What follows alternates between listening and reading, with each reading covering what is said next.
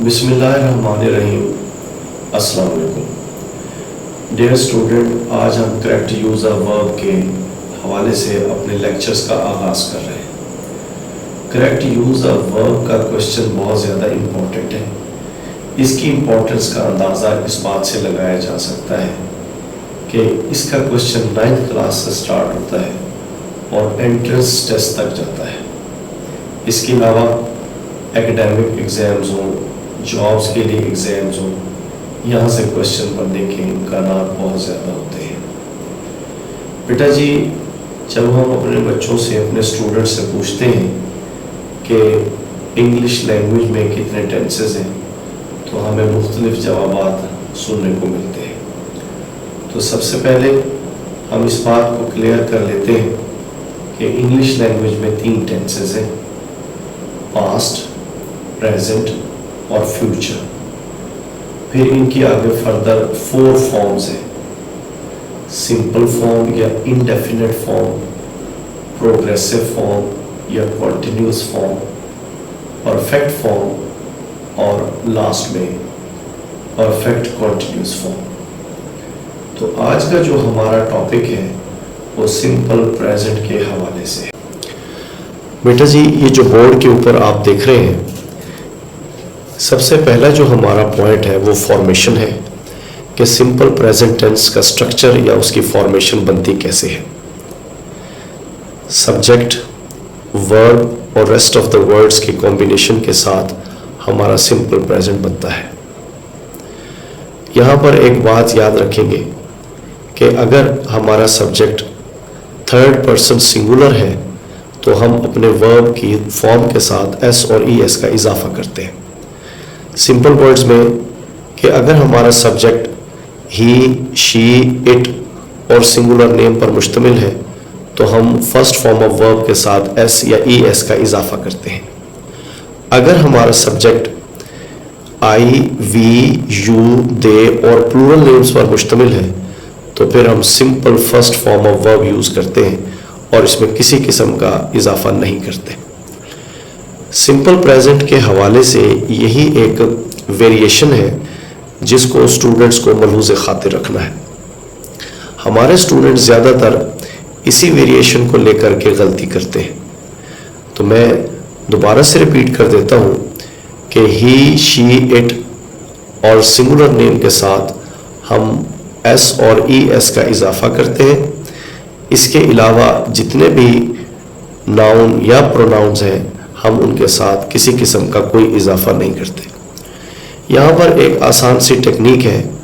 अगर हम सिर्फ इसी पॉइंट को अपने जहन में रख लें कि हमने वर्ब की फर्स्ट फॉर्म के साथ जो इजाफा करना है वो ही, शी, इट और सिंगुलर नेम है और बकाया को आप छोड़ दें, बकाया को याद रखने की ज़रूरत नहीं है। बस इसको याद रखें, इनके अलावा हमने वर्ब की फर्स्ट फॉर्म के साथ कोई इजाफा नहीं करना। बेटा जी, हम जब नेगेटिव कैसे बनाते हैं, जब थर्ड पर्सन सिंगुलर आता है तो हम डज नॉट ऐड करते हैं और फिर उसके आगे फर्स्ट फॉर्म ऑफ वर्ब लिखते हैं। हम इसको इंट्रोगेटिव कैसे बनाते हैं, हम हेल्पिंग वर्ब डज को in the beginning of the sentence ले आते हैं और उसके बाद थर्ड पर्सन सिंगुलर आता है और फिर आखिर में फर्स्ट फॉर्म ऑफ वर्ब आता है और फिर क्वेश्चन मार्क। इसी तरीके से आई, वी, यू, दे और प्लूरल नेम्स के साथ हम वर्ब की फर्स्ट फॉर्म में किसी किस्म का कोई एडिशन नहीं करते और हम इनको किस तरह से इंट्रोगेटिव बनाते हैं, हम हेल्पिंग वर्ब डू को in the beginning of the sentence ले आते हैं और फिर रेस्ट ऑफ द सेंटेंस जो है वो सेम रहता है। जब हम इसको नेगेटिव बनाते हैं तो फिर हम इन तमाम तर नाउन्स को और प्रोनाउंस को रूटीन के मुताबिक लिखते हैं और डू नॉट का एडिशन करते हैं और आखिर में फर्स्ट फॉर्म ऑफ वर्ब लिखते हैं। तो ये एक इसकी फॉर्मेशन है, स्ट्रक्चर है। ये बातें आप अपनी अर्लियर क्लासेस में पढ़ आए हैं, रिवीजन की गर्ज से हमने इनका जिक्र किया। अब हम आते हैं अपने अहम पॉइंट की तरफ जो कि करेक्ट यूज़ ऑफ वर्ब के पॉइंट ऑफ व्यू से है, वो है एडवर्ब्स। बेटा जी, एडवर्ब की हेडिंग में मैंने कुछ वर्ड्स लिखे हैं, इनको हम टेक्निकली तो एडवर्ब्स कहते हैं, लेकिन सिंपली हम कह लेते हैं कि ये कुछ ऐसे वर्ड्स हैं जब ये सेंटेंस में आते हैं तो हम उस सेंटेंस को सिंपल प्रेजेंट में लिखेंगे। ये वर्ड्स क्या हैं? Daily, everyday, usually, generally, always, often, oftenly, commonly, regularly, on Sundays, और एवरी के साथ कोई भी टाइम एक्सप्रेशन आ जाए, every hour, every week, every day, every month, every year, every Eid, every session. In short के कोई भी टाइम एक्सप्रेशन आ जाए तो हम उन सेंटेंसेस को सिंपल प्रेजेंट में लिखेंगे। ये वर्ड्स हमारे लिए मार्कर्स हैं और हमारे लिए लीड्स हैं जिनकी बुनियाद पर हम अपने सेंटेंस को या टेंस को पहचान सकते हैं कि हमने इस टेंस को सिंपल प्रेजेंट में लिखना है। ये वर्ड्स बहुत ख़ास निशानी है और बेटा जी ये तमाम तर वर्ड जो हैं वो आम तौर पर सिंपल प्रेजेंट में आते हैं। तो यहाँ से हमें इस बात का पता चलता है, ये बात बड़ी आसान हो जाती है कि जब ये वर्ड्स सेंटेंस में आएंगे हम उन सेंटेंसेस को सिंपल प्रेजेंट टेंस में लिखेंगे। इसके बाद सिंपल प्रेजेंट टेंस जो है वो कुछ पेयर्स बना करके आता है। सबसे पहले इसका पेयर बनता है फ्यूचर परफेक्ट के साथ। बेटा जी आपके सेंटेंस जो है वो दो पार्ट्स पर मुश्तमिल होगा, एक इंडिपेंडेंट क्लॉज होगी और एक डिपेंडेंट क्लॉज होगी। तो जो इंडिपेंडेंट क्लॉज होगी उसको फ्यूचर परफेक्ट में लिखा जाता है और इसके अलावा जो सेकंड क्लॉज होगी, डिपेंडेंट क्लॉज होगी, उसको हम सिंपल प्रेजेंट में लिखते हैं।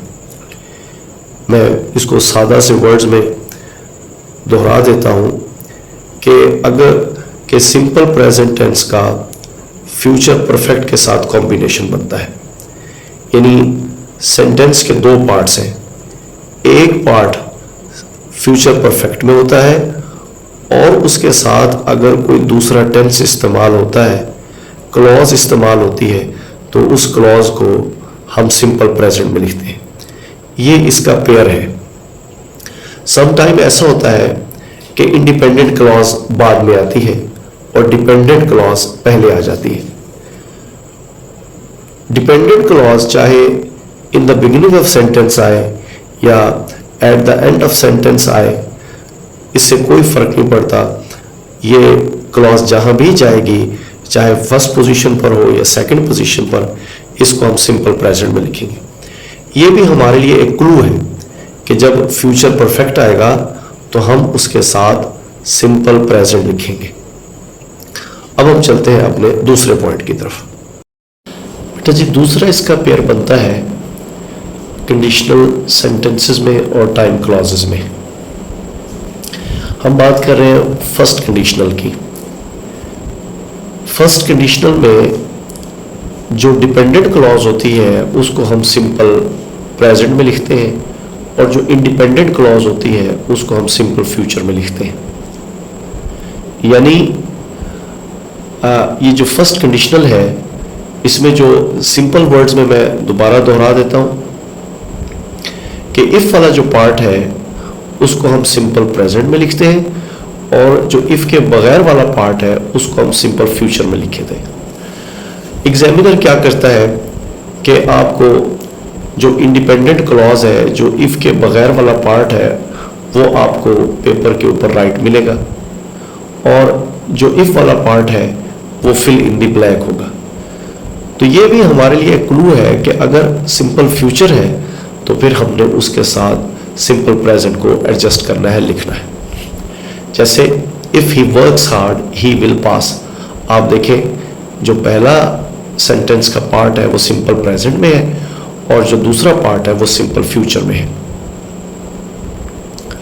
इसी तरीके से जो इन पेयर्स में जो बी पार्ट है इसका ताल्लुक भी कंडीशनल से है। Unless he works hard he will not pass. यानी जो कंडीशनल वाला पार्ट है उसको हम सिंपल प्रेजेंट में लिखते हैं और जो अनलेस के बगैर वाला पार्ट है, इंडिपेंडेंट क्लॉज है, उसको हम जो है वो सिंपल फ्यूचर में लिखते हैं। यहाँ पर एक और पॉइंट ज़हन में रखेंगे कि अनलेस के बाद जो सेंटेंस लिखते हैं वो हम पॉजिटिव लिखते हैं, उसको हम नेगेटिव नहीं करते। बेटा जी, जब ऐसे सेंटेंसेस को ट्रांसलेट किया जाता है तो हम उसकी ट्रांसलेशन फ्यूचर में करते हैं कि जब तक वो मेहनत नहीं करेगा वो कामयाब नहीं होगा। तो वो मेहनत नहीं करेगा तो इसका ये मतलब नहीं कि हम इसको फ्यूचर कंस्ट्रक्शन में लिखें, फ्यूचर स्ट्रक्चर में लिखें। हम इसको सिंपल प्रेजेंट में ही लिखते हैं। इसी तरीके से जो हमारा सी सेंटेंस है, सी पार्ट है, ये एक टाइम क्लॉज है और टाइम क्लॉज भी हमने सिंपल प्रेजेंट में लिखी और इसके अलावा जो इंडिपेंडेंट क्लॉज है उसे सिंपल फ्यूचर में लिखा। Until he ends his talk, no one will leave the room. जब तक वो अपनी गुफ्तगू को ख़त्म नहीं करेगा कमरे से कोई भी बाहर नहीं जाएगा। तो इसको ट्रांसलेट करेंगे फ्यूचर में, लेकिन जब अंग्रेज़ी इंग्लिश लिखेंगे तो हम उसको सिंपल प्रेजेंट में लिखेंगे। तो बेटा जी, ये कुछ पेयर्स हैं जो कि सिंपल फ्यूचर और सिंपल प्रेजेंट के साथ बनते हैं। तो यहाँ पर हमारे पास जो हमारा जो दूसरा पॉइंट है वो कुछ एडवर्ब्स हैं जो हमें गाइड करते हैं कि आपने सिंपल प्रेजेंट लिखना है। और फिर उसके बाद जो हमारा पार्ट 3 है, पॉइंट नंबर 3 है, जो पेयर्स हैं वो भी हमें गाइड करते हैं। यानी एक पार्ट ज़रूर दिया हुआ होगा, फ्यूचर परफेक्ट दिया हुआ होगा और उसके बाद जो नेक्स्ट पार्ट होगा वो फिलिंग द ब्लैंक होगी, उसको हमने सिंपल टेंस में लिखना है, सिंपल प्रेजेंट में लिखना है। इसी तरीके से फर्स्ट कंडीशनल हो या कंडीशनल क्लॉज हो या टाइम क्लॉज हो, उसको भी हम सिंपल प्रेजेंट में लिखते हैं। इसके अलावा जो इंडिपेंडेंट क्लॉज होती है उसको हम सिंपल फ्यूचर में लिखते हैं। उसके बाद हमारा इसका जो पॉइंट नंबर 3 है पेयर्स में, सिंपल प्रेजेंट का सिंपल फ्यूचर के साथ पेयर बनता है। और ये जो सिंपल प्रेजेंट है ये 2 वर्ड्स पर मुश्तमिल होता है, जैसे कि I think, I hope, I believe, I promise that I will visit you soon. It means के ये जो I think, I hope, I believe, I promise वाली जो कंस्ट्रक्शन है वो सिंपल प्रेजेंट में है। और उसके बाद जो नेक्स्ट पार्ट है I will visit you soon, वो सिंपल प्रेजेंट में। इस तरह से भी एग्जामिनर आपसे पूछ सकता है कि वो जो I will visit you soon वाला पार्ट तो ऐसे ही दे देगा और उससे पहले वाला part fill in the blank रखेगा। तो हमने ये चूँकि गो थ्रू किया हुआ होगा कि अगर सिंपल प्रेजेंट ऐसे आएगा तो हमने उसके साथ अगर सिंपल फ्यूचर ऐसे आएगा तो हमने उसके साथ सिंपल प्रेजेंट यूज़ करना है। बेटा जी, अब तक जितने भी हमने पॉइंट्स पढ़े हैं वहाँ पर हमारे लिए कुछ ना कुछ क्लूज़ हैं, बल्कि वाज़े किस्म के क्लूज़ हैं जो हमें गाइड करते हैं कि आपने सिंपल प्रेजेंट का इस्तेमाल करना है। लेकिन समटाइम्स ऐसे सेंटेंसेस आ जाते हैं जहाँ पर हमारे पास एडवर्ब्स भी नहीं होते, हमारे पास पेयर्स भी नहीं होते, फिर हम किस तरह से सिंपल प्रेजेंट में अपने टेंस को कन्वर्ट करते हैं। तो बेटा जी, जब ऐसी सूरत हाल हो जाती है तो फिर सिचुएशन जो होती हैं वो मैटर करती हैं, सिचुएशन के ऊपर हम डिपेंड करते हैं। जैसे हमारा पॉइंट नंबर 4 है रिपीटेड एक्शंस। रिपीटेड एक्शंस का मतलब ये है कि बार बार दोहराए जाने वाले काम। इसमें हमारी हैबिट्स शामिल हैं, हमारी डेली लाइफ है, रूटीन लाइफ है, यूजुअल लाइफ है, ये तमाम तर चीज़ें रिपीटेड एक्शंस में आती हैं। हैबिट्स चाहे आपकी अच्छी हो चाहे बुरी हो, लेकिन जब सेंटेंस से ये तासुर मिलता है कि ये हैबिट्स की बात हो रही है, आप उसको सिंपल प्रेजेंट में लिखेंगे। डेली रूटीन यूजुअल लाइफ की बात होती है, आप उसको सिंपल प्रेजेंट में लिखते हैं। जैसे एक सेंटेंस है, my father gets up early in the morning. अब यहाँ पर हमारे पास कोई ना तो एडवर्ब है एज सच, जो हमारा जो पॉइंट नंबर 2 था वो टिपिकल एडवर्ब्स, वो वर्ड्स नहीं है, तो और ना ही हमारे पास कोई ऐसा सेंटेंस है जो हमें गाइड करे कि इसको हमने सिंपल प्रेजेंट में लिखना है। लेकिन हमें ये पता चलता है कि फादर की जो हैबिट है, उनकी जो रूटीन है, वो सुबह सवेरे उठने की है। जैसे my younger brother goes to sleep late at night. It means कि ये भाई की आदत है कि वो लेट सोता है. तो इस तरह का हमें इम्प्रेशन मिलता है. जब इस तरह की सिचुएशन होती है तो हम उसको सिंपल प्रेजेंट में लिखते हैं. इसके बाद हमारा नेक्स्ट पॉइंट है जनरल हैपनिंग्स. जनरल हैपनिंग से मुराद ये है कि ऐसे वाक़यात जो आम तौर पर वकूअ पज़ीर होते हैं. बाज़ औक़ात इनको एक्सप्रेस करने के लिए ये ब्रैकेट में दिए गए एडवर्ब्स होते हैं, जनरली, यूजुअली, कॉमनली एट्सेट्रा. और समटाइम ये नहीं होते. जनरल हैपनिंग की एग्जांपल ये है कि बेटा जी जैसे हम पाकिस्तान में मोस्टली लोग उर्दू बोलते हैं और उर्दू समझते हैं. The people in Pakistan understand और कम्युनिकेट इन उर्दू लैंग्वेज. दूसरी एग्जांपल ये है कि जब विंटर सीज़न होता है हमारी जो लिविंग स्टाइल है वो चेंज हो जाता है. We sleep in the room और we sit in the sun और we take hot drinks etcetera. हमारी रूटीन बदल जाती है. We wear jerseys and sweaters. और समर में हमारी रूटीन और हो जाती है.